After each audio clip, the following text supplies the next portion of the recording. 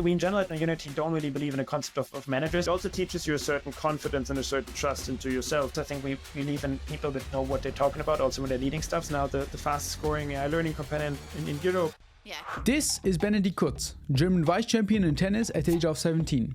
He could have become a professional tennis player, but he co-founded Knowunity, the AI-powered learning platform with over 18 million users straight out of high school, raised over $22 million in funding at the age of 21. I always grew up with that experience of basically seeing my parents both working very hard, both caring about stuff, both having ownership, and just always saw that entrepreneurial spirit very clear. When Knowunity came through, there was just a big opportunity to do that on a way larger scale, to potentially do it on a global scale, and to solve a problem that really we ourselves as founders back then had, which we found very exciting.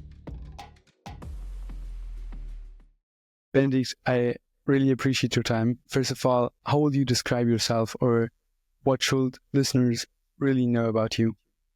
Oh, sure. Great to be here. Thanks for taking the time here. I'm Benedict, one of the founders of Knowunity. We started Knowunity 4 years ago in high school. Back then with the idea of building a cool learning companion for students. Back then out of own experience, out of own problems, that now grew very quickly, is now the fastest scoring AI learning companion in Europe, currently expanding towards Latin America, raised quite some venture capital between that, and really driven by that idea of building the first AI learning unicorn throughout the next couple of years, and doing that together with a team of 50 colleagues here from Berlin. And I spend most of my time on everything which is non-tech here. Before doing Knowunity, there wasn't that much. I went to school. I played a lot of tennis, so the plan was always to become a competitive tennis player. But then Knowunity came through, and that's where I spent most of my time. Also, additionally, I'm the board of the German Startup Association on the side, but mostly spent my time here at Knowunity. So, Benedict, you mentioned you played a lot of tennis. You were the vice champion in your class, and newsletters talked about your tennis career and plans to become a professional tennis player. Yeah. I mean, as you said, I played a lot of tennis. Yes, I basically started playing tennis when I was 10, and then played it through up to 18. And yes, the initial plan was to become a professional tennis player. Unfortunately, only got vice champion in Germany, which is bad, which still pisses me off today. But I think in general, the tennis or competitive sport teaches you a lot for entrepreneurial journeys afterwards. And I think one of the things it teaches you is, I think, that grit and that resilience, that if you want to do something, you need to work very hard for it. And on the other end, it also teach me, and that I think also brought me towards starting Knowunity, it also teaches you a certain confidence and a certain trust into yourself, because otherwise in tennis, you're not going to win any matches, or you're gonna play good points. So I think that general confidence, which I think I built up through tennis, definitely helped a lot when then starting a company. On the side, what's probably important to note is that I did have tons of weird ideas in school already. I always found that entrepreneurial journey very exciting and very interesting. So I had first ideas at the late age of 12 or 13 when I was, selling weird shit, or trying to do stuff, trying to sell e-bikes from China, etc. So I think there was always sort of a part which found that entrepreneurial stuff extremely cool and extremely exciting. And then when Knowunity came through, there was just a big opportunity to do that on a way larger scale, to potentially do it on a global scale, and to solve a problem that really we ourselves as founders back then had, which we found very exciting. And that's basically how we then just jumped into it, said, hey, okay, there's a clear problem. We have that problem ourselves. I wanted to found a company always, a proper company. And then basically just dove into it and said, okay, let's start it. First found a couple of colleagues that I'm doing this with, then quickly figured out who was the right type of persona, etc. And then also met Lucas and Gregor, who are co-founders now together with Yannick, who are now leading also product and tech, which was in 2020. And that was sort of the real starting or real stepping stone for us. So we then started with developing the app and then launching it later that year. So you mentioned you always wanted to be an entrepreneur yourself. I always say I believe that we're really shaped by our surroundings, by the people we're surrounded by. I somewhere read about that also your parents have a entrepreneurial background. How do you think how that's shaped really your path to entrepreneurship? No, sure. I think I definitely agree with the surroundings shaping that. I think there's all different types of surroundings that do shape that, but I think definitely mine growing up was a very entrepreneurial one because yes, my family runs a tax and auditing firm, like a typical small German SME firm in the city where we're from. But I think I always grew up with that experience of basically seeing my parents both working very hard, both caring about stuff, both having ownership, and just always saw that entrepreneurial spirit very clear. And that basically was one of the only experiences I had in my youth because my parents were both doing that and my grandfather also did it. So I think that definitely helped a lot when that definitely shaped it a lot when growing up. It wasn't that they forced me into it, but I think for me it was just obvious. It was just a very obvious career choice to become an entrepreneur, which is also why I think I said very early on that I want to become an entrepreneur, even before knowing what that actually means. But I think that definitely does help you a lot in that sense. I think there's also definitely tons of other surroundings that can shape you towards becoming an entrepreneur. I don't think there's just one way, but I definitely think seeing that at home consistently definitely does help to sort of build up that idea of becoming entrepreneurial at a very young age already. Yes.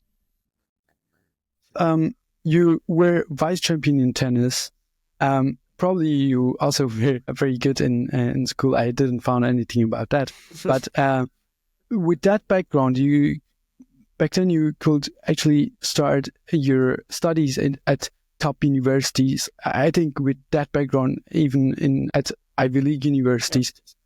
So why did you choose this part, and where was really the turning point you saw, hey, that should work actually? Yeah. No, I mean, it's a good point because yes, I think a lot of tennis players, if they're somewhat decent in school, which I luckily was, do choose that path of playing college tennis. And I think if you're good in the rankings, then you definitely also do have the chance of going to Ivy League. So that was also one of the things I thought about. I think my main goal was always becoming a tennis professional because I basically invested my whole youth into it. I was most of the time playing tennis. I also went to a specific school where I could play even more tennis and do some of those entrepreneurial things on the side. I think what then really changed was eventually, I always had that idea of Knowunity in mind. I always pushed it forward on the side together with the friends, then met Lucas and Gregor, then we did it more seriously, and we really committed to it throughout the summer of 2020 and said, hey, okay, let's really focus on it. There also weren't that many tennis tournaments around because there was COVID. And I think then I just really realized, hey, okay, this is actually so much fun because before that I always did it at night or next to tennis, and during that time I did it full time and thought, hey, okay, it's so exciting. I spent all my day and night here and I don't even look at the clock. It was just super cool to do that. And to kind of prepare the launch. And then we launched the app in September 2020. And I think I always in my back had that idea of me doing that full-time also longer term, but it just wasn't clear how that would turn out. And then I think we very quickly saw that, okay, there is growth, there's users coming in. We then saw 30, 40,000 users after a couple of weeks. We had huge issues raising a first round because we didn't have any cash back then. We then raised the first round in November 2020, first very small round. And I think that was sort of the turning point. It was clear, okay, this is now full-time, this is serious, we have a huge opportunity here. And I think tennis then sort of faded out a bit. Obviously, my coaches and everyone else was very disappointed with that because they obviously also invested a lot of time into it. But I think that kind of came gradually throughout those months prior to the launch and throughout the time around the launch where we just really saw, hey, I always found it cool to be an entrepreneur and kind of listened a lot to podcasts and thought it was cool.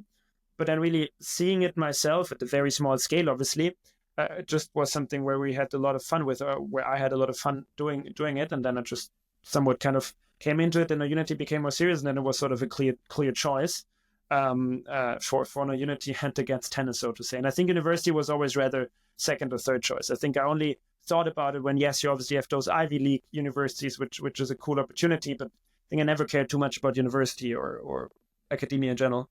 So I think it wasn't that big. Yeah.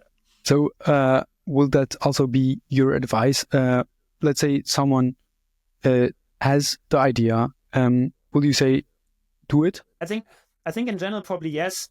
Although I think in general, if you have a good idea and if you're really convinced about it, and if you have somewhat of a validation, or if you're just extremely passionate about it, I think yes, you should do it. I think there's not a lot of industries where a university degree actually helps you significantly. Obviously, it's also easier for me to now say that. On the other hand, I think you should really think about it carefully, because I think it also doesn't make sense to just run around and pretend that everyone would start a company at 17 and it will work out and that's it. I think it definitely makes sense for for most people which are not super clear what they want to do yet, to go to university, to get a good to get a good education, just probably study in a field which is actually exciting to them and not just do anything because everyone else does it. But I think in general, yes, if you have a good idea, if you're very passionate about something, if you really want to commit to it, if you know what that means, and that doesn't mean that you need to go venture capital, you can also do a totally different route. Then I think I would usually do it the earliest possible, because that just gives you more time to learn and more time to iterate. Yeah. Tell us a bit about the days as you were in the school and you were building Knowunity. I was also a competitive swimmer, and it was really, really hard to get 3 things into the calendar. So how did you manage that? So yeah, I think I was in that sense lucky, because I did German A level, so that's all correct here. But I went to a specific school where I didn't need to go that often. So I went there a couple of times a week, but not as much as you would probably go to normal gymnasium, as we call it in Germany. So that gave me a bit of freedom. It was obviously thought for playing tennis, so I played tennis, probably like tennis and everything around 5 to 7 hours a day. And I think just the rest, I obviously did my school stuff. I think that was usually pretty quick, because if you do school stuff at home in your own time and at your own speed, then I think it's usually quicker than sitting in school. So that was also done with a couple of hours a day. And then I think the rest of the time I just spent testing other apps, looking at Knowunity, thinking about Knowunity, trying to find co-founders and all the stuff that you do, basically. And I think I first started doing that in my basement. Then I found the guys, Lukas, Gregor, and a couple of others that were starting it with me, that were then kind of starting to code and just starting to build the technical side of things. I then focused a bit more on the launch and how the product should look like and how growth could happen, etc. But I think, I tried to split it across those things. But yes, it was lucky that I didn't need to go to school for 9 hours a day. So I could use a bit of that time and spend it more on Knowunity and spend it more on working on Knowunity. And I think obviously, as usual, I mean, you probably also know that when you're very passionate about something, you don't look at the clock. So you usually do work a lot, which then sometimes I saw when playing tennis the next morning again. But in general, I think that helps since then.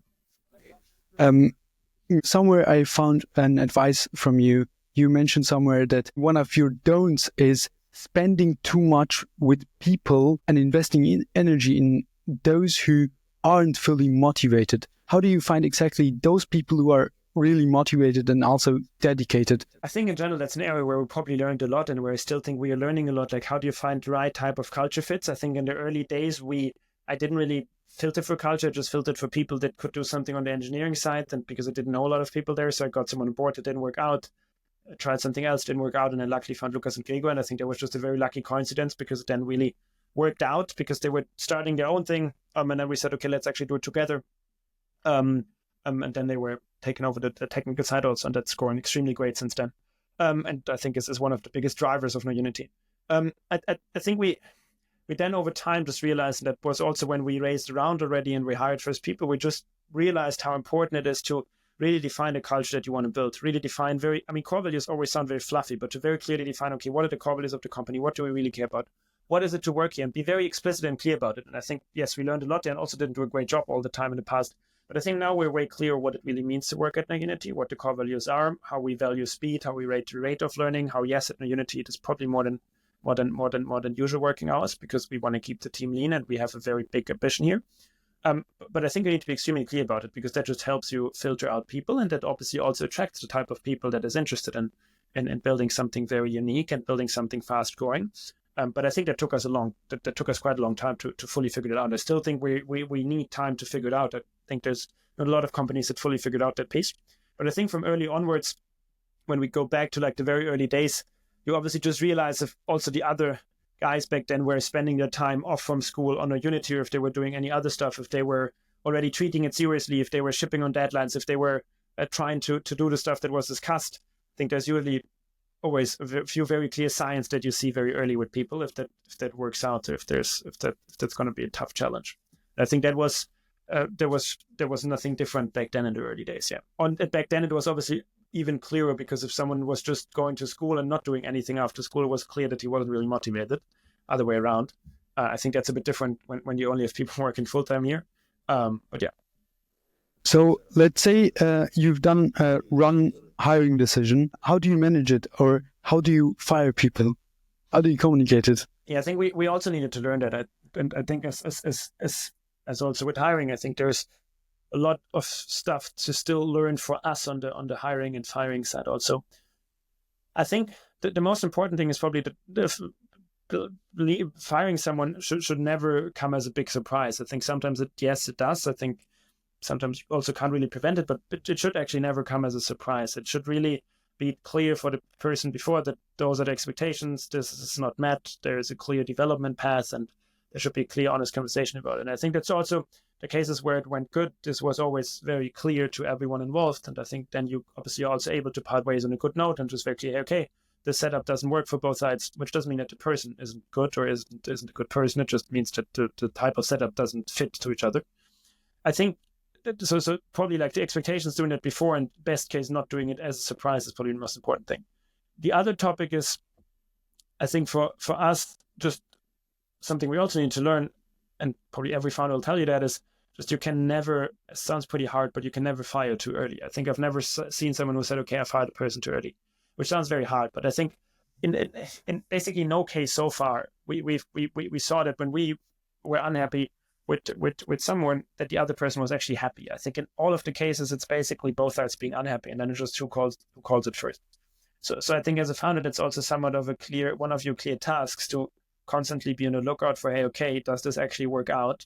And if you have a very big feeling about it, if you have clear points, then take a decision rather earlier than later, because I think there's a very little amount of cases where you have a very bad feeling, stuff doesn't work out, and then it still turns around. Some people you still might want to give a chance to, and you still might see there's always other circumstances, but I think that's one of the bottom lines we definitely did learn so far, yeah. So, Benedict, one of the biggest points you have right now on your table probably is expansion to US and working on the expansion there. You already have some employees doing that. Yesterday, I listened to a podcast with the founder of Snapchat, and he said, if you're a social consumer founder and you win the market in the US, then you probably will win the market in European countries as well. How do you think about it? Do you think that's also one of the main problems of building consumer products in Europe? Yeah, I think exactly. I mean, we are testing the US soon. Basically means the app is live in the US. We're currently not that focused on it. We'll test it soon with more focus. We have a couple of people there, small team. We'll obviously adapt the go-to-market there a bit. So I think we learned a lot in Europe. I'm currently doing Latin America, currently doing Mexico and Brazil and a lot of other markets there. I think, yes, in general, in consumer, you probably need to nail the US. In education, it's a bit different. You need to look at it a bit differentiated. Because if you look at the large education players, large learning players, most of them were rather built in countries where you oftentimes had large inequalities, where you had big tutoring players arising, where you had education being extremely important, where you had families paying a lot of money for education. India is obviously the best case example. Indonesia is interesting, Brazil and others, which is why I think there is also a very good chance to build a very, very large outcome here, and probably the largest AI learning company globally if you don't do the US. That being said, I think the US is a relevant market, and yes, you should tackle it, and yes, we will also do this. And then test this further. But I think it's not as extreme in education such as it might be in other cases, because education still depends a bit more on local circumstances, on tutoring relevance, etc. So I think some of those more emerging type of markets are extremely interesting in education, especially when you look at the trend currently happening. The trend currently happening is basically that we see is you have the opportunity to build a truly personalized companion, meaning tutor for every student, which basically gives you the ability to replace offline tutoring and to allow a lot of students access to tutoring, especially in markets where they couldn't have access to tutoring before because they just can't afford it. Latin America, Southeast Asia, etc. So I think that's actually a huge opportunity that's currently arising, which is also where we're currently going after Latin America and soon also other markets to really capture that opportunity and build that leading AI learning company. I somewhere listened to a podcast with you that you said US is totally different to other markets. What is really the difference? I think the big topic is, I mean, I said we're still very early there. I think if you compare user base, it's different. It's also currently not the biggest focus for us. It will be again end of the year. There's some other trends also playing into that. I think what product currently in the US actually works very good at the current moment. It's basically performing as good as Europe. I think what's different in the US is then going to be go-to-market. Why? Because usually for us, we go very organically. We go very word-of-mouth driven. We get to a lot of density, meaning a lot of students using it at the same time at the same school very quickly. And I think that in the US is obviously slightly different just because the market is way larger. So I think the whole go-to-market piece, et cetera, is going to be different. That's something we need to figure out. We will hopefully figure out in the future. But I think that's kind of one of the big differences. Yeah. I know that Knowunity is often one of the most viral apps when launching in countries.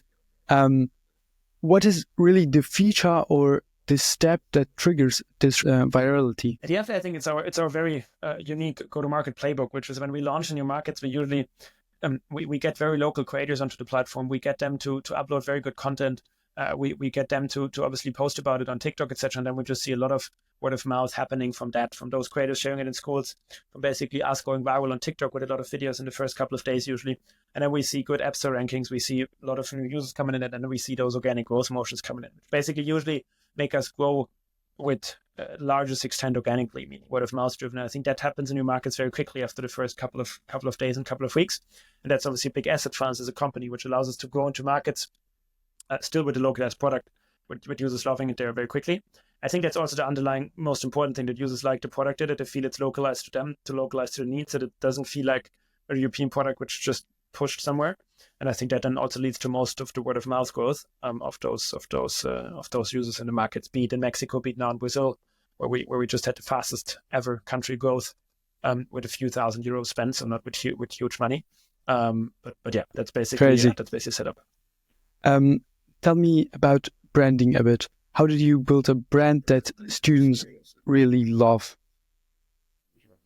I think we're not the best ones at brand. I think we always just really cared about building an app that students like, and really building an app that is focused on students at the end of the day, not on parents, not on teachers, not on schools, but always said, hey, okay, very clearly, we're building a platform for students, we're building a companion for students, they need to love it, and that basically creates a brand itself, which obviously means, yes, there's way more brand building that could and should be done. But I think just the sheer focus on students, and not kind of that you hear about the app from your peers and from other students, or see it on TikTok and not from your parents or from your teacher, already brings a pretty big approach to it, like the tool peer-to-peer community type of part, which then leads to a lot of organic growth. And I think just the fact of us being extremely present on TikTok, extremely present on short form channels, with a lot of small creators, with a lot of creators also posting videos about us organically because they use the app or love the app. I think that obviously also creates a certain type of image. But I think in general, at brand side, there's definitely still a lot for us to be done. Benedict, I am really wondering, how do you lead a team that is, so a lot of them are older than you. How do you do that? And yeah. I think we also, such as firing, learned a lot there. I think a lot of mistakes there. Have a great coach also. I think speak to a lot of other founders that are a few steps ahead of us, trying to learn from them. So try to get the feedback also internally. I think it took some time until we found our leadership style. I think one of the key things is really trying to be authentic and trying to basically be the person that you are also as a leader. We in general at Knowunity don't really believe in the concept of managers. I think we believe in people that know what they're talking about also when they're leading stuff. So I think that's one of the key concepts, that we usually try to be very deep and good at the stuff that we also talk about, and that we also work together with others, and where we also lead people. Try to be very authentic. I think try to constantly develop, and never say, okay, just because I'm the CEO, I'm great at everything and I don't need to develop. I think that your company only goes as fast as you go as a person, especially if you're a young founder. So I think that's a couple of things that we try to follow. We in general here, I think we try to live a good feedback culture and give a lot of feedback. I think there's still definitely also room for improvement, such as always.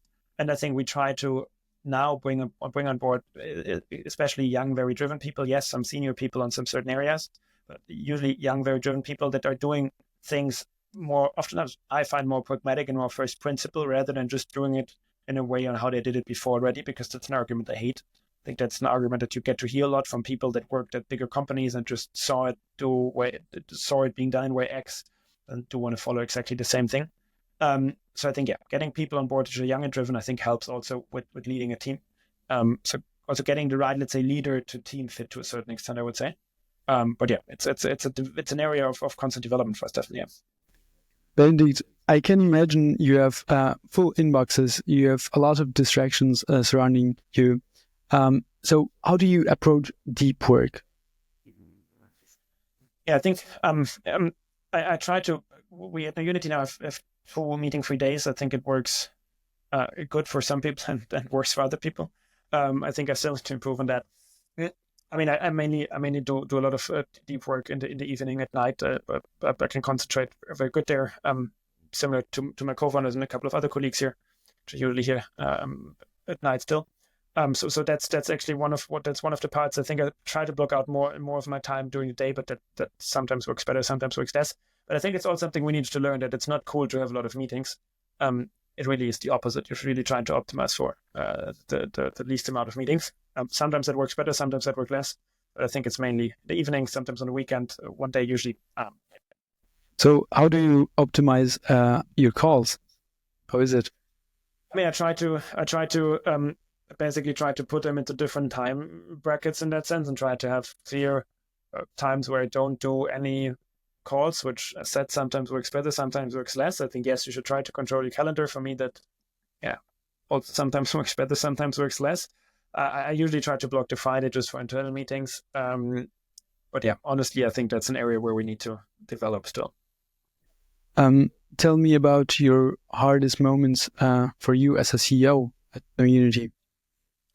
I think it's never great to let someone go, especially if you're good on a personal level with the person. I think also we did take out a few people, I think somewhere 1.5 years ago, just because it didn't work out with a certain team anymore. And I think that wasn't cool. That's obviously not something that you're excited about. I think that would be bad.